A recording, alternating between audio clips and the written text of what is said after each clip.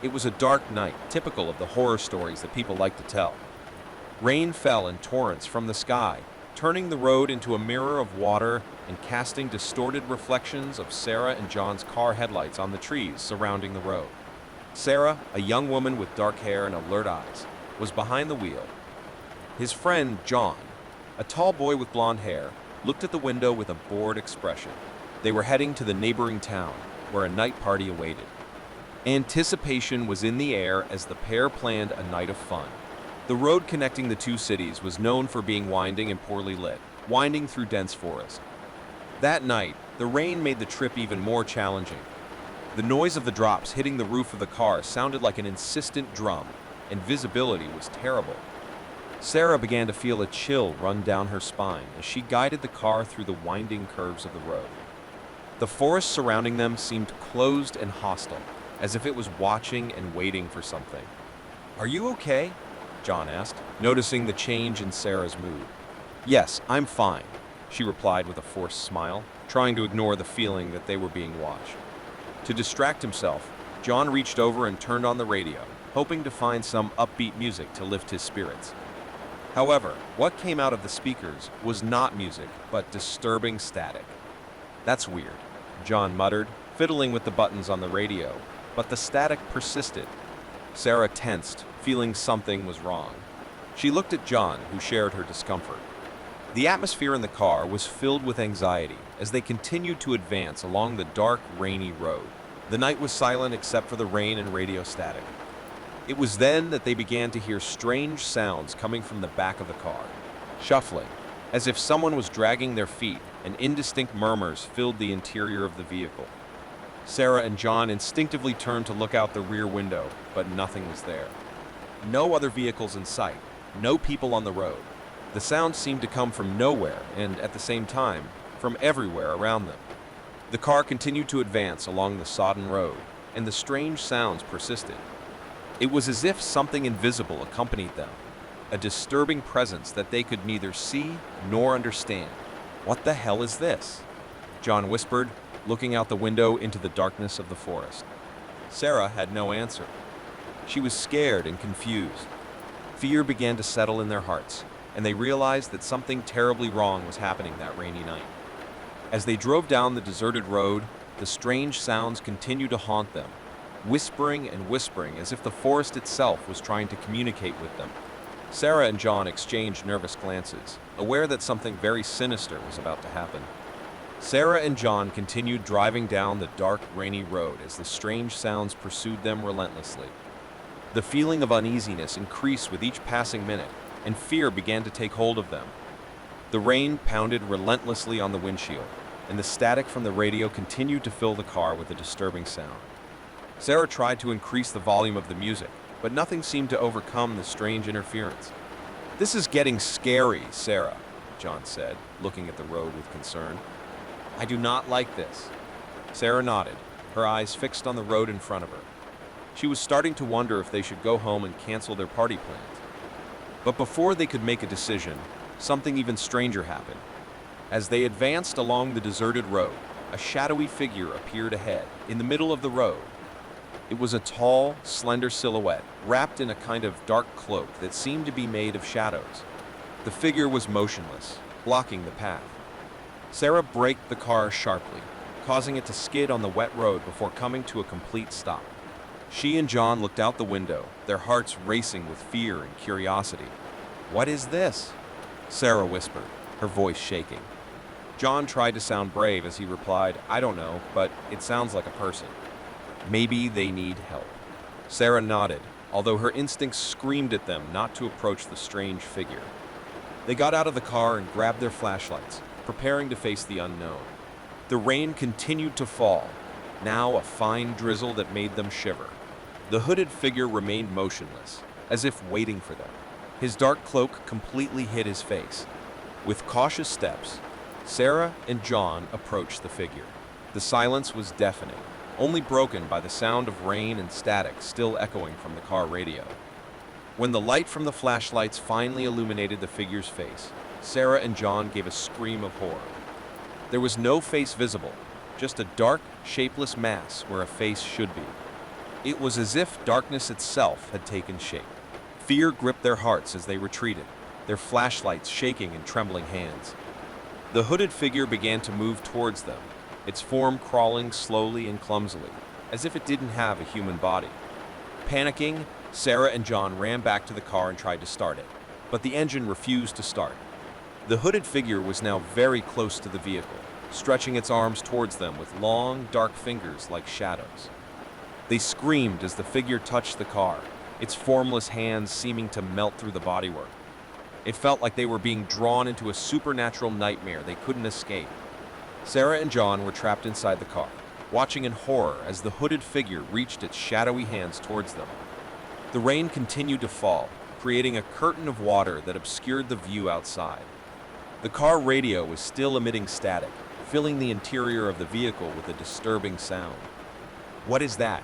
John exclaimed, his face turning pale as he looked at the approaching shadowy hands. Sarah was panicking, her hands shaking as she tried to start the car again. "I don't know, John, but we need to get out of here." The car's engine finally roared to life, and Sarah sped off, leaving behind the hooded figure fading into the rain. Fear still dominated them, but they were determined to escape that sinister road. As they drove, Sarah and John tried to understand what had happened.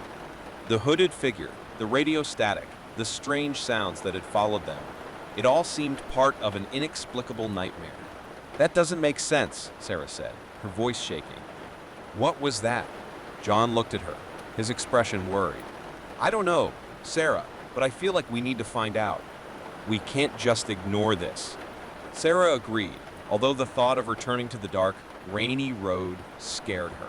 They decided to go to the neighboring town, where the night's party awaited them, but instead of having fun, they were now determined to find answers. When they arrived in the city, the rain had eased, but tension was still in the air. They parked the car near the party location and got out, deciding to investigate what had happened on the road. Sarah and John began asking questions of the locals, mentioning the hooded figure and the strange events that had occurred. People seemed reluctant to talk about the subject, and many of them seemed completely unaware of what they were describing. Finally, they found an elderly man named Elias, who agreed to tell what he knew. He took them to a quiet cafe and began to speak in a low voice, as if revealing a dark secret. "Once upon a time, there was an ancient legend that circulated in these parts," Elias began. "It was said that on this road there was a passage to another world, a place of shadows and darkness. They say that those who venture into this dark world are never the same." Sarah and John listened intently as Elijah continued to tell the story. He explained that the hooded figure was known as the guardian of the passage, a being who protected the entrance to the dark world. "But why were we there?" asked Sarah, confused. Elijah looked at them sadly. "You were drawn there for some reason, perhaps by choice or by the influence of the shadows. I can't say for sure, but now you are marked by what you saw." Sarah and John felt even more uneasy. They knew they couldn't just ignore what had happened. They decided to get back on the road and try to find out more about the dark world and the guardian of the passage. As they returned to the road, the rain began to fall again. The darkness of night enveloped the forest, and static from the car radio began to fill the interior of the vehicle. Sarah and John were about to embark on a journey to uncover the dark mystery that awaited them, determined to find answers and face the consequences of their terrifying night on the sinister road. Sarah and John returned to the dark, winding road, determined to discover more about the dark world and the guardian of the passage. The rain continued to fall, creating a gloomy and oppressive atmosphere around them. As they drove down the road, the static from the car radio began to increase, filling the interior of the vehicle with a disturbing sound. It sounded like a dark call, a whispering voice that urged them to continue. They finally arrived at the location where they had found the hooded figure. The road was deserted, and the forest around them looked even scarier in the dim light of the car's headlights. Sarah and John exited the vehicle and began exploring the area. They were determined to discover the truth behind the dark world and the guardian of the passage. As they walked along the road, they began to hear whispering voices in the wind. They were indistinct voices, as if the forest itself was trying to communicate with them. The trees seemed to move strangely, as if they were alive. "This is getting even weirder," John muttered, looking around suspiciously. Sarah nodded, her senses on high alert. She knew they were approaching the heart of the mystery. As they advanced through the forest, they came to a dark clearing where the rain could not penetrate. In the center of this clearing, there was an ancient, gnarled tree whose branches stretched out like claws in all directions. The hooded figure was there, standing in front of the tree. His dark cloak billowed in the wind, and his shadowy fingers were outstretched toward the tree. It looked like she was doing some kind of dark ritual. Sarah and John cautiously approached the hooded figure. The static from the car radio was louder than ever, filling the air with a disturbing buzz. "What are you doing?" Sarah asked in a firm voice, even though her heart was racing. The hooded figure did not respond, but continued his dark ritual. It was then that they noticed that the tree was beginning to twitch and move, as if it was coming to life.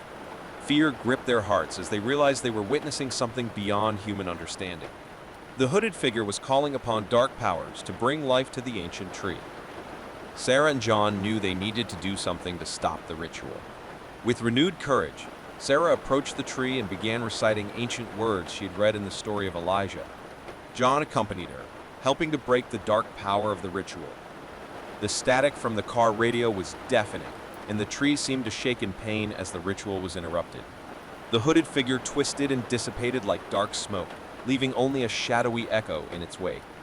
The ancient tree returned to its immobile state, and the rain continued to fall, washing away the evil that had been awakened. Sarah and John looked at each other, exhausted and relieved that they had prevented the completion of the dark ritual. They knew they had faced something beyond their understanding, and that they would never forget that terrifying night on the winding road. As they returned to the car, the static from the radio finally dissipated, leaving behind only the soft sound of falling rain. They drove home, knowing they had faced something dark and supernatural, but also feeling that they had triumphed over evil. The dark, winding road would never look the same again, but Sarah and John had found answers to their questions and peace for their souls. They would share their story with few, as they knew that many would never believe what they had experienced that night. The dark world and the guardian of the passage would remain a dark secret that only they understood.